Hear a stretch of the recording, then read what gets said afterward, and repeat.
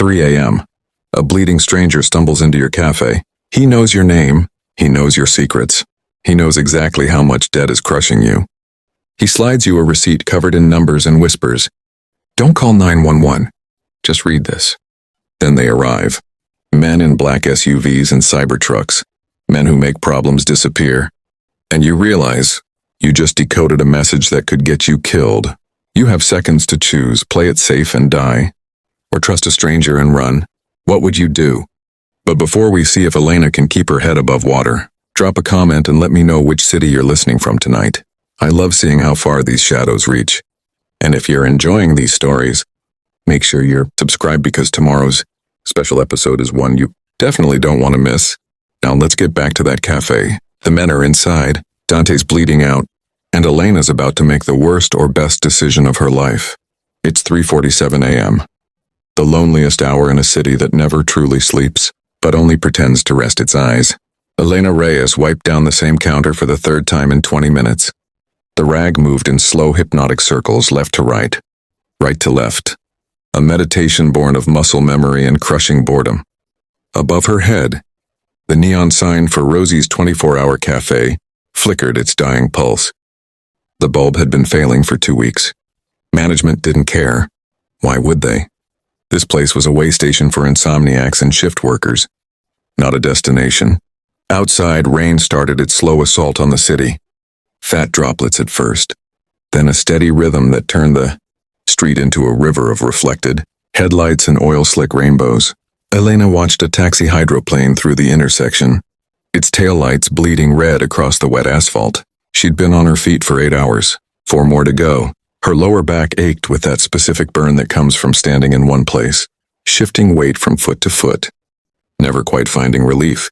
Her reflection in the window looked like a ghost, pale skin, dark circles carved beneath, eyes that had once sparkled with something resembling ambition. Now they just looked tired. The refrigerator's compressor kicked on with a shudder that Elena felt through the soles of her non-slip shoes. She knew every sound this place made. The wheeze of the espresso machine at startup, the groan of the freezer door, the tick-tick-tick of the clock above the register, each second a small eternity. 3 years ago, she'd been someone else entirely. Elena Reyes, mathematics prodigy, full scholarship to MIT. Her professors had called her a once-in-a-generation talent, the kind of mind that could see patterns in chaos, find signal in noise. Numbers spoke to her the way music speaks to composers in a language beyond words. Then her mother got sick.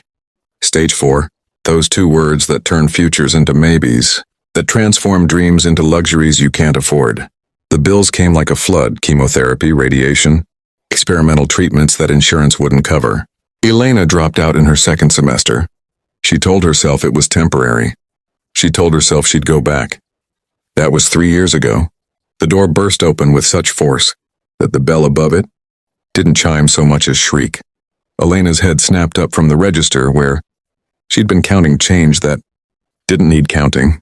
The man who stumbled through the entrance looked like he'd walked out of 2 different lives and couldn't decide which one was killing him faster. His suit was silk Italian.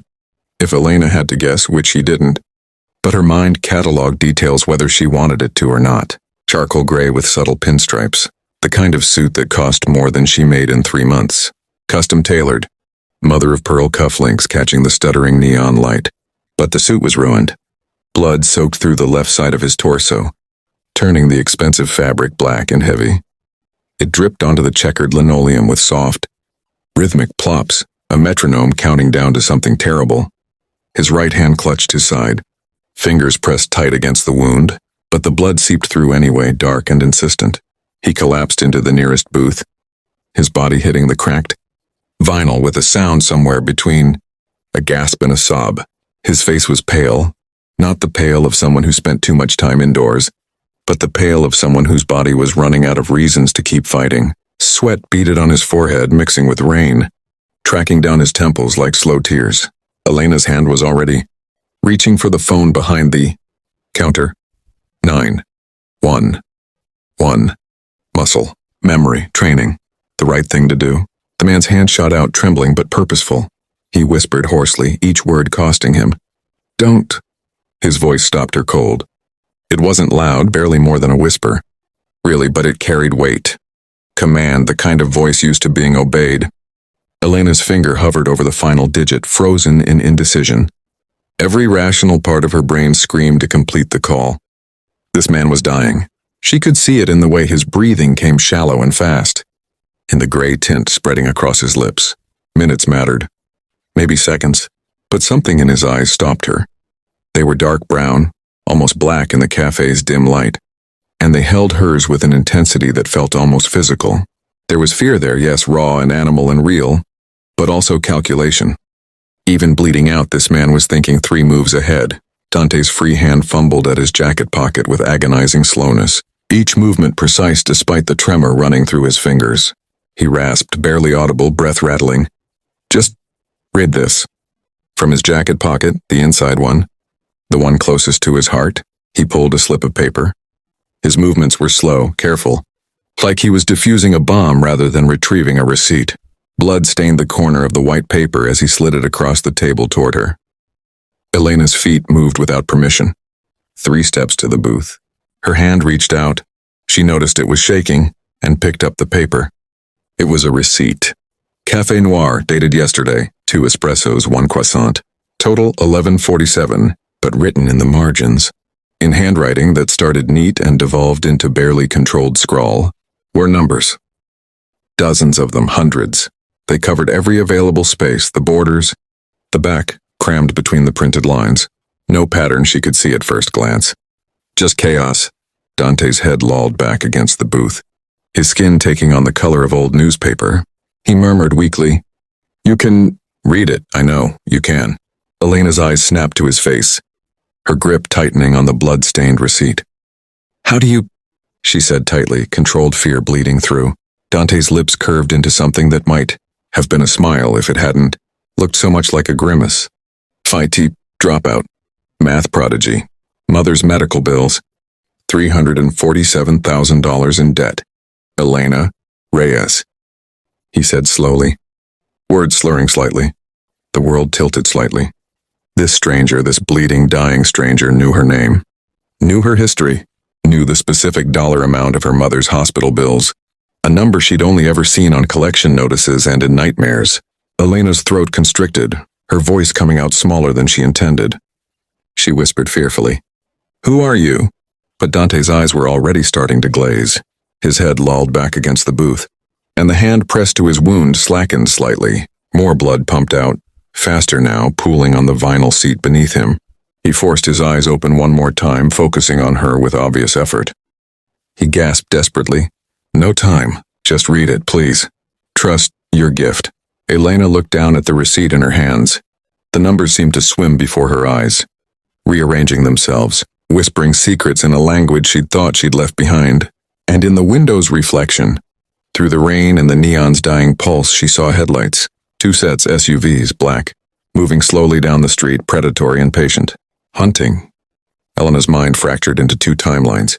Present, a bleeding man in booth 7, black SUVs prowling outside like sharks. Past, a hospital room that smelled of antiseptic and approaching death. 2 years ago, her mother's hand in hers, paper-thin skin over bird-delicate bones. The oncologist's voice had been gentle, which was how Elena knew it was over. Doctors only got gentle when there was nothing left to fight. "We've exhausted all treatment options. I'm sorry." 6 words. That's all it took to end a life. To end 2 lives, really. Because the Elena who left that hospital room wasn't the same girl who'd walked in. The debt came after. Bills that kept arriving even after the funeral. Each one a paper ghost haunting her mailbox. $347,000. The number had burned itself into her brain. A constant calculation running in the background of every thought. At her current wage, $9.50, an hour plus whatever scraps of tips the graveyard shift provided, she'd have it paid off in approximately never. The interest alone grew faster than she could pay. So MIT became a dream someone else had. The girl who'd solved Riemann hypothesis variations for fun became the woman who made sure the cream didn't curdle. But numbers don't forget, even when you try to. Elena spread the receipt flat on the counter, smoothing the blood-stained corner with her thumb. Under the cafe's fluorescent lights, The scrawled digits seemed to pulse with meaning just beyond her grasp. This was the thing people never understood about her gift. It wasn't that she was good at math. Good implied work, study, practice. What Elena had was different. Synesthetic, maybe. Unnatural, definitely. When she looked at numbers, she saw architecture. Patterns emerged like constellations. Invisible connections suddenly blazing bright.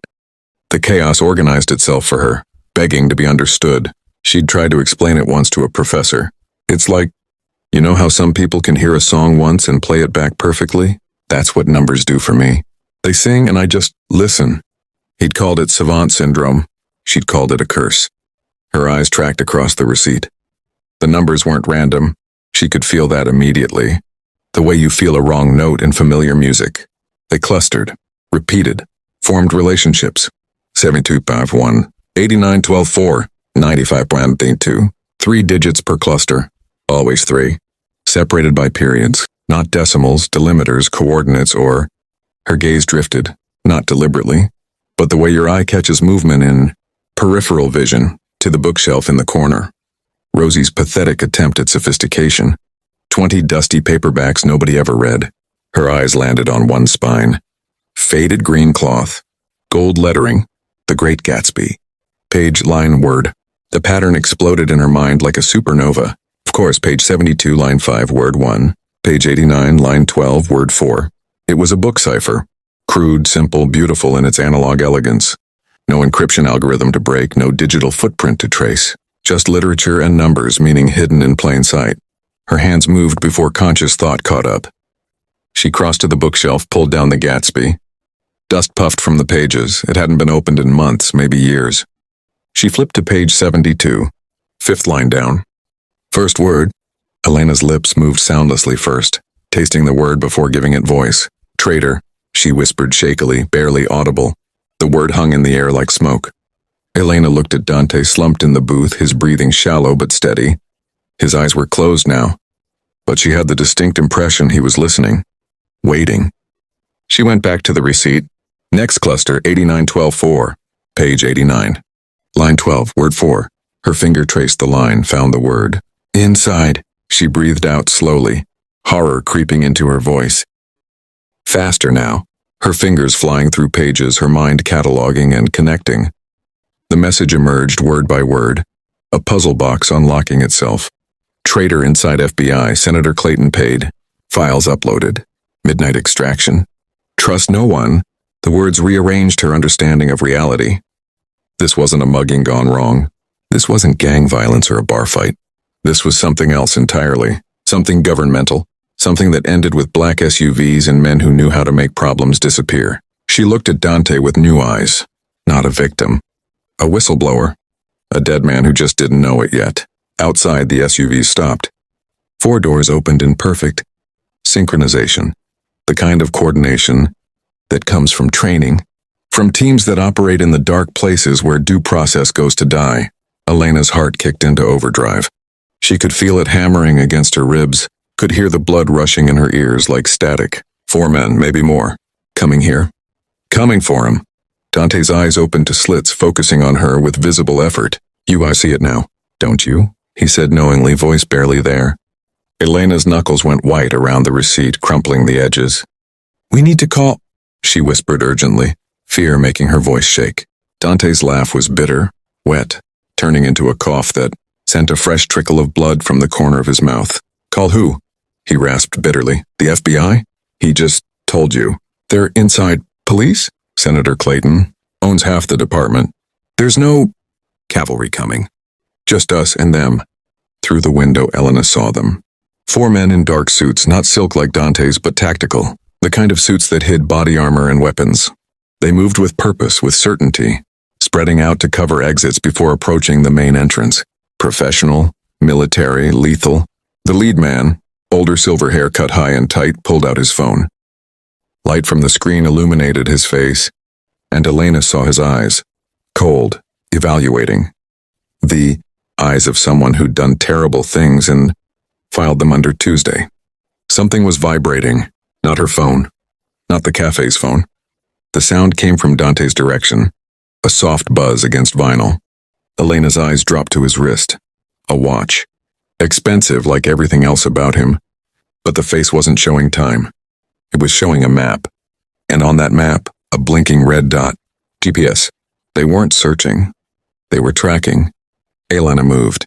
No thought, just action, just survival instinct taking over where rational mind failed. She grabbed the yellow, wet floor sign from behind the counter, the one that lived there because the ice machine leaked every Tuesday, and planted it right over the blood trail Dante had left from door to booth. The blood pooled on the linoleum, dark and damning. She grabbed her cleaning rag, dropped it on the largest puddle. Not enough. Not nearly enough. The word on the receipt burned in Elena's mind. Traitor. And the men walking through the door right now? They weren't here to arrest anyone. The men entered like a cold front, dropping the temperature in the room by sheer presence. Elena forced herself to look up, to smile, to become the harmless late-night waitress these predators expected to see. She wiped her palms on her apron, feeling the sweat there despite the cold dread spreading through her chest. She plastered on her customer service smile, the one that never reached her eyes but nobody ever noticed. She said brightly, voice steadier than she felt, "Good morning. Coffee?" The silver-haired leader's eyes swept the cafe with professional efficiency. Counter, register, booths, bathroom door, kitchen entrance. That bookshelf that nobody ever used. His gaze lingered on the wet floor sign. The rag moved on. He looked at Elena like she was furniture. Unimportant. Invisible. That invisibility might be the only thing that saved her life. The leader's jaw worked for a moment before he spoke, as if deciding whether she was worth the effort of words. He said flatly, voice like gravel. "Coffee black, 4 cups." Elena's hands shook as she pulled mugs from the rack. She could feel them watching her, or worse, not watching her, because she didn't matter enough to surveil. They were watching exits, scanning corners, hands resting casually near jacket openings where weapons hid in shoulder holsters. One of them, younger, crew-cut, jaw like a sledgehammer, walked the perimeter. His boots squeaked slightly on the clean floor. Elena noticed everything through her peripheral vision while keeping her eyes down. Subservient, forgettable. He paused at the wet floor sign, looked down at the rag. Her heart stopped. Crew-cut bent slightly, his hand reaching toward the rag. Elena's breath caught in her throat. He called out sharply, voice clipped and military. "Leak?" Elena forced a nervous laugh, the kind waitresses give when apologizing for things that aren't their fault. Ice machine. Every Tuesday like clockwork. "I swear I've called maintenance 6 times. But," she said apologetically, words tumbling frantically. She was babbling. Waitresses babble about ice machines and maintenance requests. Waitresses complain about management. Waitresses are boring and harmless and beneath notice. The crew-cut lost interest, moved on. Elena's heart restarted. She set 4 mugs on the counter. Black coffee like ordered. Her hand trembled slightly as she released the last one, and droplets spilled onto the formica. She grabbed a napkin, wiped it up, played the role. The silver-haired leader took his mug without acknowledging her existence. He pulled out his phone, checked something, frowned, checked again. The leader's thumb swiped across his screen, his eyes narrowing with each movement. The light from the phone cast his face in harsh shadows. He said sharply to his team, "Signal strong, close, very close." They were tracking the GPS on Dante's watch. The technology narrowed the location but couldn't pinpoint exact coordinates inside buildings, which meant they knew their target was here. In this cafe. In this room. They just hadn't found him yet. Crew-cut was moving again. Past the counter. Past the bathroom. Toward the storage area. Toward the walk-in freezer where Elena suddenly realized with crystalline clarity she could hide a bleeding man. If she'd been smart enough to think of that. Which she should have been, minutes ago, before they arrived. But Dante was still in the booth. Elena's eyes darted to booth 7. Dante hadn't moved. His head still lolled back against the vinyl, eyes closed, hand pressed to his wound. In the cafe's dim light with shadows falling just right, he could be a drunk sleeping it off. Could be, if you didn't look closely at the blood seeping between his fingers, at the gray pallor of his skin. Crew-cut's back was to the booth. He was 3 steps from the storage room door. 2 steps, 1 step. Elena's throat tightened. She could taste copper, fear, or maybe she'd bitten her tongue without realizing. She called out suddenly, "Excuse me?" All 4 men turned to look at her. She'd made herself visible. Made herself matter, dangerous, stupid, necessary. Elena ducked her head, wringing her hands in her apron like a nervous child. I'm sorry, but there's a restocking fee if you need cream or sugar. Management policy. I know it's ridiculous, she said nervously, but they track inventory and I get written up if... The leader's hand moved in a sharp cutting gesture, dismissing her mid-sentence. Black is fine, he snapped coldly. But the interruption had worked. Crew Cut turned away from storage, walked back to rejoin his team. They clustered near the counter, mugs in hand, checking phones, radios crackling with encrypted chatter Elena couldn't decipher. She allowed herself one small breath. Then another. The leader's phone pinged. He looked at the screen and something changed in his face. Not emotion, these men didn't do emotion, but focus, sharpening, targeting. The leader's fingers whitened around his phone, his jaw clenching. He's here, he said lowly to his team. Signal strength indicates within 20 feet. The casual pretense evaporated. Hands moved to jacket openings, finding grip purchase on concealed weapons. They fanned out, covering angles, moving with practiced efficiency. This wasn't their first hunt. Elena watched in frozen horror as they approached the booths. One by one, checking each, Crew Cut yanked a homeless man awake in booth. 3, the regular, who always came in at this hour. Always ordered nothing, always left when asked. The homeless man yelped, scrambled away, pushed out into the rain without his shopping cart. Booth 4, empty. Booth 5, empty. Booth 6, empty. Booth 7, where Dante sat in plain sight, bleeding out, waiting to die. Elena's mind raced. No plan, no training. No idea how to stop what was about to happen. She was a math prodigy who'd given up. A dropout waitress with no weapons, no backup, no chance. But she'd decoded the cipher. And somehow that had to mean something. Elena's hand jerked. Whether on purpose or by genuine accident, even she wasn't sure. Oh no!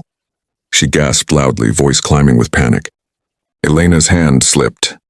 The full coffee pot, 12 cups worth, fresh brewed near boiling, fell from her grip and shattered on the floor. Glass exploded. Coffee sprayed across the linoleum in a dark wave, spreading fast, mixing with the blood she'd been trying to hide. All 4 men spun toward the sound. Instinct. Training. Assessing for threat. Elena's face flushed red, her hands flying to her mouth in exaggerated distress. I'm so sorry. I'm so clumsy tonight, I didn't sleep well, she said frantically. My hands just... God, there's glass everywhere, let me get the broom. She was already moving, grabbing the broom from behind the counter, making a show of the cleanup, putting herself between them and booth 7, creating chaos, creating distraction, creating seconds. The leader's eyes narrowed.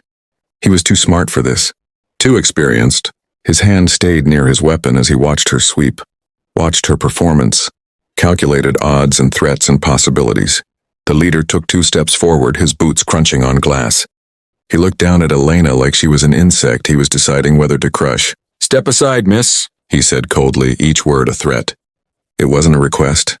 Elena stepped aside. Crew Cut moved past her toward booth 7. His hand was on his weapon now, no pretense left. He looked down at Dante, really looked this time. Not the casual glance from across the room, but the focused assessment of a hunter recognizing prey. Crew Cut's hand closed around his weapon grip, his thumb releasing the holster snap with a soft click. Target acquired, he said tightly into his radio. Everything slowed down. Elena watched Crew Cut's hand move to his weapon, watched him begin to draw. She saw the leader moving to flank, saw the other 2 spreading to cover. Exits. Professional, efficient, about to execute a man in her cafe, in her booth on her watch. And then Dante's eyes opened. He moved like something wounded, pretending to be dead. All stored energy released at once. His right hand, the one that had been pressed to his wound, came, upholding something small and metallic. A lighter. Just a lighter. But in his other hand was a napkin dispenser, metal, and he swung it hard into Crew Cut's gun arm. Just as the weapon cleared the holster, the gun went off, a deafening crack in the enclosed space, but the bullet went wide, punching through the front window in an explosion of safety glass. Crew Cut stumbled back and Dante was already moving again, using the booth for leverage, propelling himself toward the storage room, toward the freezer, toward escape. The leader's face twisted with rage, spittle flying from his lips. Drop him, now, he shouted furiously. Time fractured into adrenaline-soaked frames. Dante reached the storage room door. The other 3 men raised weapons. Elena didn't think, didn't plan. Just grabbed the mop bucket full of hot water and bleach and hurled it. It caught the leader in the chest, 20 pounds of water and industrial cleaner. He went down hard, weapon skidding across the wet floor. The other 2 hesitated, just a second. Just a heartbeat, uncertain whether to shoot the target or secure their commander. That hesitation was all Dante needed. He disappeared into storage, and Elena heard the lock click. Deadbolt. The old kind, solid metal. The kind that takes time to breach even with tools, time they didn't have. The leader was up, soaked, furious. His weapon found Elena's face, the barrel dark and infinite and final. Water dripped from the leader's silver hair, running down his face like rain. His eyes had gone flat, empty. Killer's eyes. On your knees now, he commanded icily. Elena's legs folded. Her knees hit the wet floor, coffee and bleach soaking through her jeans. She kept her hands visible, kept her breathing steady, kept herself alive by being exactly what they expected. Terrified, compliant, no threat. Her whole body trembled, but she forced herself to stay still, to stay small.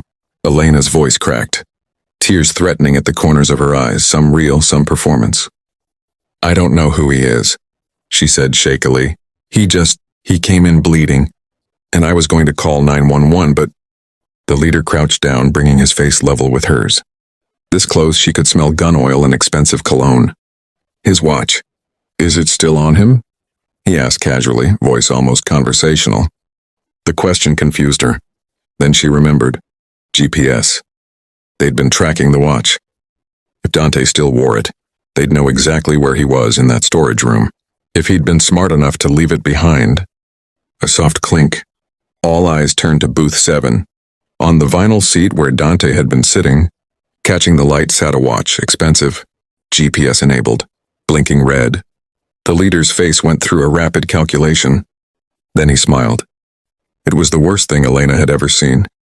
The leader stood slowly, his smile spreading wider, showing too many teeth. He ordered pleasantly to his team. Breach the storage room. I'll keep our witness company. The freezer door was solid steel, but steel breaks, and the men walking toward it had done this before. They used a battering ram, compact, tactical, the kind designed for exactly this purpose. Each impact sent shockwaves through the cafe's walls once, twice, 3 times. The deadbolt would give eventually. Everything gives eventually.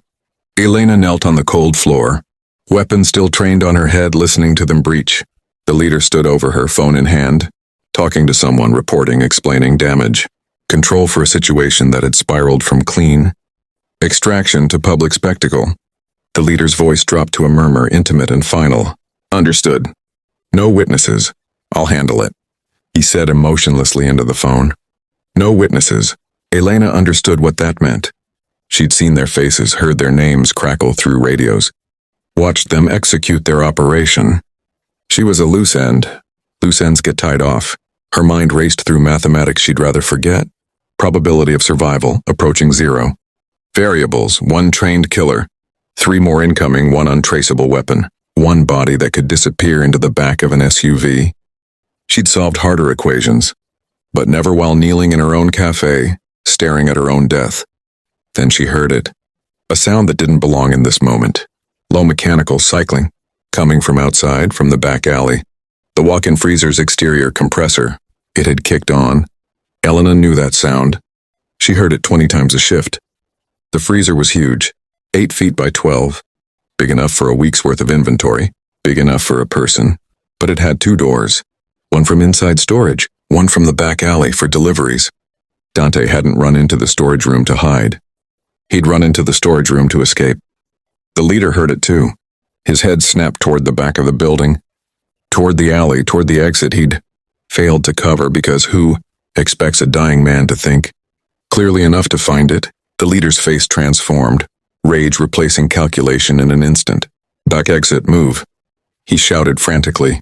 He ran for the back door, weapon raised, professional training overriding protocol. He left Elena kneeling there, forgotten in the urgency of the chase. Forgotten meant alive. Elena didn't waste the gift. She ran for the front entrance, crashed through the door still, hanging crooked from Dante's dramatic entrance hours ago. The rain hit her like a fist, cold and vicious and clarifying. Her café uniform soaked through instantly, but she didn't care. She ran. Behind her, gunshots cracked in the night, 3, 4, 5, echoing between buildings. Shouts, the squeal of tires on wet asphalt. Engines roaring to life. Elena ran harder. She didn't know where she was going. Away. Just away. Her lungs burned, her legs screamed, but she ran through alleys she'd walked 1,000 times but never really seen. Past dumpsters and fire. Escapes and sleeping homeless that didn't stir because in this city, gunshots were just background noise. Her feet carried her 3 blocks before she let herself stop.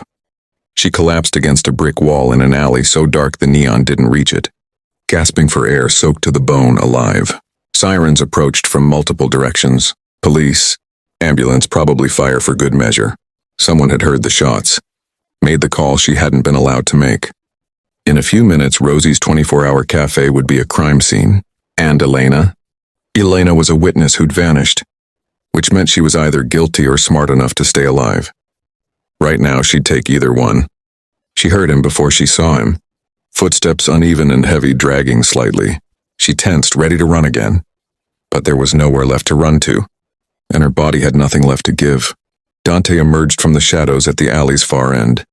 He looked worse than before, if that was possible. The silk suit was completely ruined now, torn and bloody. He'd lost his tie somewhere in the escape. His face had gone beyond pale to that translucent quality where you can almost see the skull beneath the skin. But he was walking, moving, alive. He leaned against the opposite wall, 20 feet between them. And for a long moment they just looked at each other. 2 people who'd survived something terrible together. 2 strangers who weren't strangers anymore. Dante's chest heaved with each breath, but when he spoke, his voice carried more strength than it should have. "You decoded it," he said roughly, almost impressed. It wasn't a question. Elena pushed wet hair from her face, her hand still shaking from adrenaline. "Pageline word Gatsby, not exactly advanced cryptography," she said defiantly. Dante's mouth twitched, something between a laugh and a wince. "Advanced enough," he said wryly. "Most people wouldn't have seen it. Most people would have called 911, done the right thing." Elena straightened against the wall, finding her spine again. "You mean the thing that would have gotten me killed?" she said harshly. Dante nodded slowly, acknowledgement and apology in one gesture. "That too," he said quietly. Elena pushed off the wall, took a step closer. Not close enough to touch, but close enough to see the intelligence behind his exhaustion, the calculations still running despite blood loss and trauma. Elena wrapped her arms around herself, suddenly cold despite the adrenaline still coursing through her. She asked quietly, "Who are you, really?" Dante was quiet for a long moment, weighing what to tell her, how much truth she'd earned. Finally, his eyes went distant, seeing something beyond the alley, beyond tonight. "Someone who made a choice," he said carefully. "Found evidence of corruption that went high. Very high, Senator, FBI. People who don't like being exposed. I thought I could blow the whistle. Thought the system would protect me." Elena's laugh was bitter, surprising even herself. "The system tried to kill you," she said flatly. Dante's smile was all sharp edges and dark humor. "Fast learner," he said dryly. The sirens were getting closer. Soon this alley would be flooded with lights and questions Elena couldn't answer, or worse, questions she could answer that would end with her in the same situation as Dante, target instead of witness. Elena's voice came out smaller than she wanted, but steadier. "What happens now?" she asked softly. Dante pushed off the wall, forcing himself to stand straighter despite the obvious pain. "Now?" he said determinedly. "I disappear. Find someone I can trust with the evidence, someone who can't be bought. Might take months, might take years, but I'll find them." Elena's throat tightened around the question she had to ask. "And me?" she whispered vulnerably. Dante took a step closer. Elena noticed details she'd missed before. Wedding ring on his left hand, scar through his right eyebrow. The kind of expensive watch tan that comes from wearing GPS trackers daily, now absent, leaving a pale band on his wrist. Dante's eyes locked on hers, intense and certain. He said strongly, "You're not a waitress." "Not anymore." Elena shook her head, reflexive denial. "I'm exactly a waitress. That's all she protested defensively. Dante stepped closer still, his presence commanding despite his wounds. "You decoded a cipher in minutes that took me days to write," he said deliberately. "You hid me from trained killers. You improvised? Brilliantly under pressure. Your talent isn't wasted on coffee. It's wasted on safety." Red and blue lights painted the alley's entrance. They were out of time. Dante extended his hand, palm up, offering something she couldn't name. He urged quickly, "Come with me. Help me disappear. Help me expose them. Use that brilliant wasted mind of yours for something that matters." Elena's hands fisted in her wet uniform, anger and fear warring in her chest. "I can't. My mother's debt," she said desperately. "The bills, I can't just—" Dante's voice dropped, each word landing like a promise. "I'll pay them," he said intensely, "all of it. $347,000. Consider it a signing bonus." The number hung between them, the chain around her neck. The reason she'd stayed small, stayed safe, stayed invisible for 3 years. He was offering to cut it. Elena's voice came out raw, stripped of pretense. "Why?" she asked confusedly. "You don't even know me." Dante's expression softened, something almost like warmth breaking through. "I know you decoded my cipher," he said sincerely. "I know you threw bleach water at armed men to save me. I know you ran toward danger when every instinct screamed to run away." That's enough. The police were sweeping the area. Flashlights swept through the rain, systematic, thorough. In 30 seconds, they'd reach this alley. In 30 seconds, Elena had to choose what kind of person she wanted to be. The safe choice was simple. Stay here, answer questions. Go back to Rosie's, if it ever reopened. Pour coffee. Pay off her debt one impossible dollar at a time. Live small, live invisible, live scared. The other choice? She didn't even know what the other choice looked like. Except dangerous. Except mattering. Except using her gift for something more than remembering regular customers. Orders. Dante held out his hand one final time, blood still staining his fingers. He said commandingly, voice soft but final, "You aren't a waitress anymore, Elena. You're my ghost."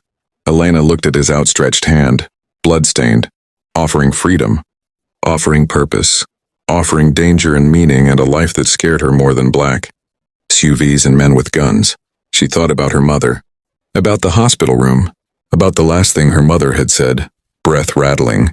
"Eyes clear. Don't waste it, mija. Don't waste your light on being safe." Elena crossed the space between them, took his hand. His grip was surprisingly strong for a dying man. Elena's voice was steady now, decided. "Where do we go?" she asked quietly, but with certainty. Dante pulled her deeper into the alley toward the darkness beyond. "Anywhere that isn't here," he said warmly.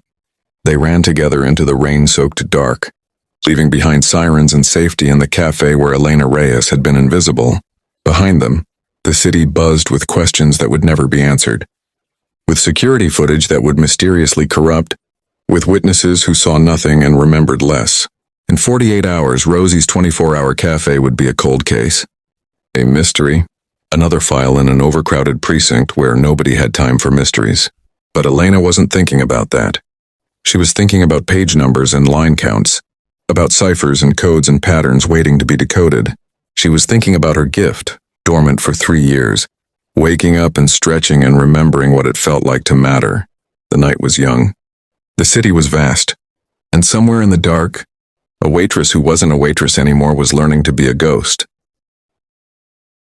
Would you have decoded the cipher? Would you have thrown the bleach water? Would you have taken his hand? Or would you have made the call that ended everything? Tell us in the comments. Tell us who you would have been in booth 7 in that cafe, in that moment when safety and meaning stood on opposite sides of an impossible choice. Until next time, trust your gift, even when it scares you, especially when it scares you. Do me a favor. If you felt the tension, give this video a thumbs up. But honestly, don't subscribe unless you truly love the stories we're telling here, and only hit that bell icon if you want to. You guys are awesome for being here today.